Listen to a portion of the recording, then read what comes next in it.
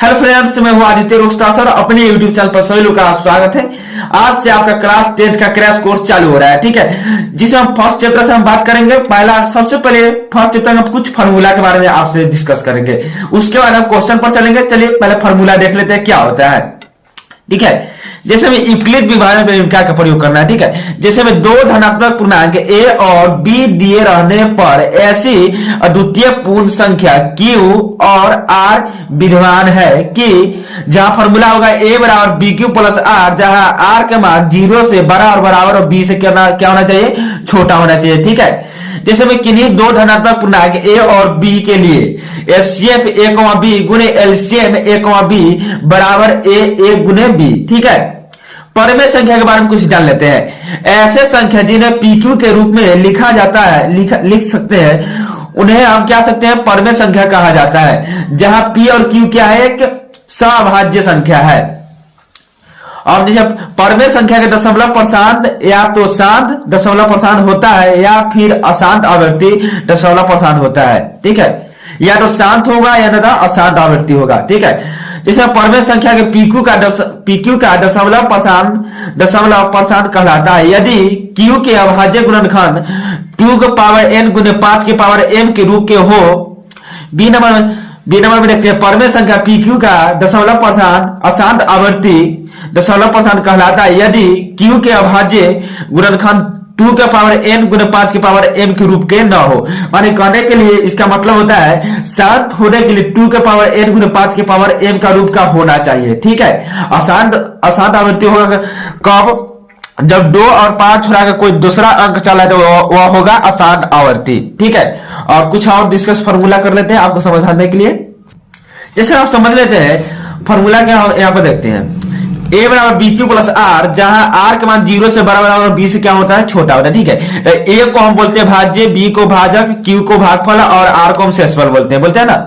एक एग्जांपल से देखते हैं, 9 में 4 से भाग देने पर, ठीक है, तो भाग देने आपको आता ही होगा। चलिए करिए बताते हैं, 4 दूनी 8, 9 में 7 गया 1 बचा, ठीक है। तो 4 क्या होगा भाजक, 9 क्या है भाज्य और 2 क्या है भागफल और 1 क्या है शेषफल, ठीक है। तो a बराबर बी क्यू प्लस आर, तो a कितना है 9, b कितना है 4 और q कितना है 2 और शेष कितना हो गया 1, ठीक है। अब चलते हैं क्वेश्चन पर। एचसीएफ निकालना आपको आता ही होगा, नहीं आता है तो हम सिखा देंगे अभी, ठीक है। एग्जाम में हर साल 2 नंबर में पूछता है, ठीक है। चलिए जैसे निम्नलिखित संख्या का एचसीएफ ज्ञात करने के लिए यूक्लिड विभाजन का प्रयोग कीजिए, ठीक है। फर्स्ट क्वेश्चन क्या है, 135 और 225 का अंक एचसीएफ ज्ञात करना है, ठीक है। और आप एक हम बता देंगे, आपको यह दोनों बनाकर आपको कमेंट बॉक्स में इसका आंसर बताना है, ठीक है। चलिए चलते हैं आप क्वेश्चन पर। चलिए सबसे पहले इसको सॉल्व कर रहे हैं, एचसीएफ हम इसका निकालते हैं। सबसे पहले लिखेंगे 135, ठीक है, ध्यान दीजिएगा। उसके बाद लिखेंगे 225। हम कितना मर्तबे लगाए से लग जाए, तो 2 मर्तबे लगाएंगे तो 270 इससे आ जाएगा, ठीक है। तो इसको हम 1 के मर्तबे लगाते हैं, तो 1 मर्तबे लगाएंगे, यहां बचेगा 135, माइनस करेंगे तो कितना बच जाएगा, 5 में से 5 गया 0 और ये हो जाएगा 12, 12 में से 3 गया 9, आई खत्म हो तुम, ठीक है। और इधर लिख लेते हैं a बराबर बी क्यू प्लस आर, ठीक है। तो a हमारा कितना है 225, ठीक है। b कितना है 135, q हमारा क्या है 1 और r मतलब शेषफल कितना है 90, ठीक है। फिर हम क्या करेंगे, फिर हम इसको लिखेंगे 135 को भाजक को, ठीक है। भाजक हमारा फिर लिखेंगे बीच में 135 को, और इसको 2 मरतबे लगाएंगे तो कितना आ जाएगा, ज्यादा आ जाएगा, इसलिए 1 मरतबे लगाएंगे। फिर इसको और इसको माइनस करेंगे तो कितना आ जाएगा हमारा 5 4 45 आ गया, ठीक है। फिर इसको हम सजा लेंगे, तो सजाएंगे तो पहले क्या लिखेंगे 135, फिर भाजक कितना 90 और उसको लिखेंगे क्या भागफल 1 और शेष कितना है 45, ठीक है।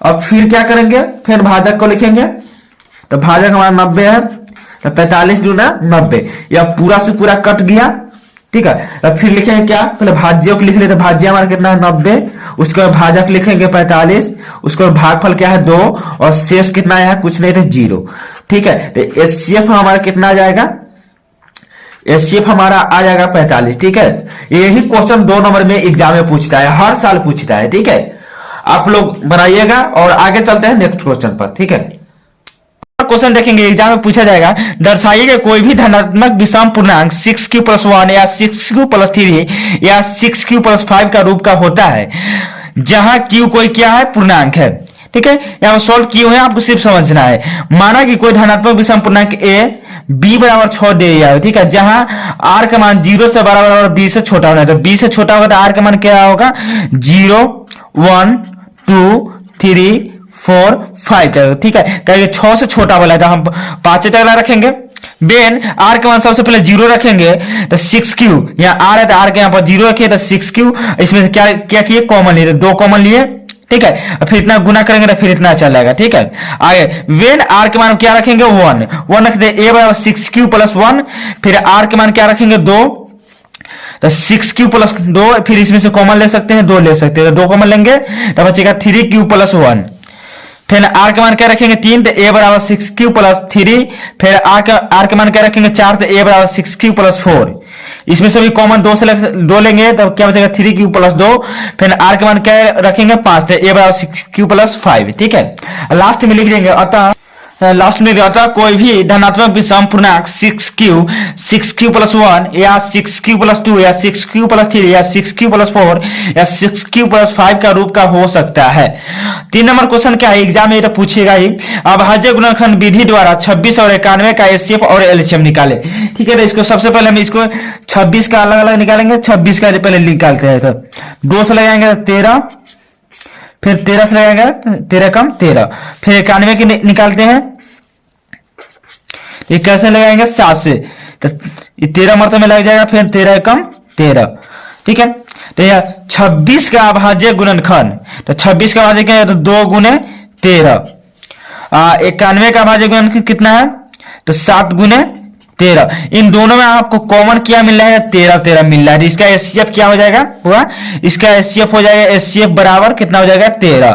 ठीक है, और जो नहीं मिला से हमारे एलसीएम, तो एलसीएम बराबर जो हमको क्या मिला, 2 गुने 7 गुने एचसीएफ जो निकलेगा उसको लिख देंगे। इन दोनों को गुना करेंगे 7 में 14 में 13 से गुना करेंगे तो हमारा 182 आएगा। ठीक है, कितना आएगा, 182। अब नेक्स्ट देखते हैं क्या हमारा, अभाज्य गुणनखंड विधि से एचसीएफ और एलसीएम ज्ञात करें। फिर इसमें मान के कभी 2 को दे देगा, कभी 3 को दे देगा। चलिए इसको भी निकालते हैं। 12 से 2 6 2 3, 3 से लगाएंगे 3 कम 3, फिर कितना लगाएंगे 15, तो 3 से लगाएंगे तो 5 मरतब में 5 या 15, 5 कम 5। ठीक है बुआ, चलिए अब 21 के निकालते हैं। ध्यान दीजिएगा, इस क्वेश्चन एकदम आसान है, आप एग्जाम में मत गलती कीजिएगा। इसको कैसे लगाएंगे, 3 से, 3 7 21, 7 एकम 7। ठीक है, आप इस क्वेश्चन को एग्जाम में मत गलती कीजिएगा, सबसे आसान है। 12 का अभाज्य गुणनखंड क्या आया है, तो 2 गुने 2 गुने 3, 15 का क्या आया, 3 गुने 5, 21 का क्या है, 3 गुने 7। अब इन तीनों हमको कॉमन क्या मिल रहा है बताइए तो आप लोग।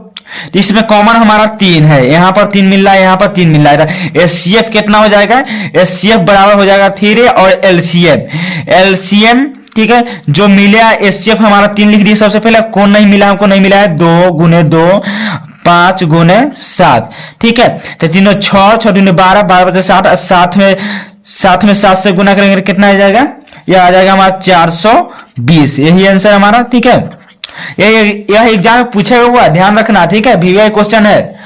और चलिए नेक्स्ट क्वेश्चन देखते हैं। एचसीएफ बराबर 306, 657 बराबर 9 दिया है, मैंने कि इतना दे चुका है, मैंने कि यहाँ दे चुका है। ठीक है, हमको निकाला है एलसीएम बराबर 306, 657 ज्ञात करना है। ठीक है, तो आपको इसको फॉर्मूला आपको याद होगा, पीछे दिखाए हैं। ठीक है, चलिए इसका शॉर्ट में पहले फॉर्मूला लिख देते हैं। क्या होता है, सोल्व ए गुने बी बराबर एचसीएफ गुने एलसीएम। ठीक है, ए को हम ए मानेंगे, इसको बी मानेंगे, तो ए बी हमारा कितना है, तो 306 गुने 657। ठीक है, बराबर। ठीक है, एचसीएफ हमको कितना दिया हुआ है, 9 दिया हुआ है। ठीक है, हमको निकालना क्या है, एलसीएम। तो एलसीएम हमको निकालना है 306 गुने 657, ठीक है। 9 गुना से कहा चलेगा बट्टा में, बराबर एलसीएम, ठीक है। और देखिए कट जाएगा 9 से, तो 9 तिया 27 और 9 चौक 36, 34 मतलब में कट गया, तो 34 गुने 657 बराबर एलसीएम, ठीक है। और इस दोनों को गुना करेंगे तो कितना आ जाएगा आंसर, हमारा आंसर आ जाएगा 22,338 हमारा आंसर आ जाएगा एलसीएम बराबर, ठीक है। और यह एग्जाम में पूछेगा, ठीक है। अब चलते हैं नेक्स्ट क्वेश्चन, आप लोग बना लीजिएगा, ऐसे एक क्वेश्चन और दे देंगे हम। क्या है, सिद्ध कीजिए कि रूट एक अपरिमेय संख्या है, ठीक है। सिद्ध कीजिए कि रूट 3 क्या है, एक अपरिमेय संख्या है। तो सबसे पहले आपको बता देते हैं, इसमें मानना होगा कि मान लीजिए कि रूट 3 अपरिमेय न होकर क्या है, एक परिमेय संख्या है। क्योंकि अपरिमेय संख्या का हम पीक्यू के रूप में नहीं लिख सकता, लेकिन परिमेय संख्या का हम पीक्यू के रूप में लिख सकते हैं, इसलिए हम मानते हैं कि परिमेय संख्या मानेंगे, ठीक है। तो लेट माना आर बराबर रूट 3, आर को हम पीक्यू के लिख लिए बराबर रूट 3, ठीक है। यहाँ पर कुछ नहीं तो 1। अब यहाँ से हम क्रॉस गुना करेंगे, क्रॉस गुना किए तो क्या है, पी बराबर रूट 3 क्यू, ठीक है। और उसके बाद लिखेंगे दोनों तरफ वर्ग करने पर, तो पी स्क्वायर बराबर रूट 3 क्यू का होल स्क्वायर, ठीक है। तो पी का स्क्वायर पी स्क्वायर रूट 3 का क्या होगा, 3 क्यू स्क्वायर। यह कैसे होगा आपको मालूम होगा, 2 गो में से एक निकल जाता है। अब देखेंगे जहां पी बराबर 3m, ठीक है, जहां पी का मान है वहां क्या रखेंगे 3m, 3m का स्क्वायर बराबर 3 का स्क्वायर क्या कितना हो जाएगा 9, एम का एम स्क्वायर बराबर 3q, ठीक है। या इससे कर जाएगा, कितना बचेगा 3m स्क्वायर, ठीक है। कर दिया कितना होगा 3m स्क्वायर बराबर q। जब स्क्वायर हटेगा तो क्या चढ़ेगा, रूट चढ़ेगा, ठीक है। तो क्या हो जाएगा रूट अंदर 3m स्क्वायर। आपको मालूम है कि 2 में से एक निकल जाता है, q बराबर रूट 3m अंतिम में लिख देंगे। अतः यह हमारा माना हुआ गलत है, अतः यह रूट 3 एक अपरिमेय संख्या है, ठीक है। क्वेश्चन और हम देखते हैं क्या है क्वेश्चन। सिद्ध कीजिए कि 3 + 2 रूट 5 एक अपरिमेय संख्या है, ठीक है। सबसे पहले मान लेंगे कि मान लीजिए कि 3 + 2 रूट 5 अपरिमेय न होकर परिमेय संख्या है, ठीक है।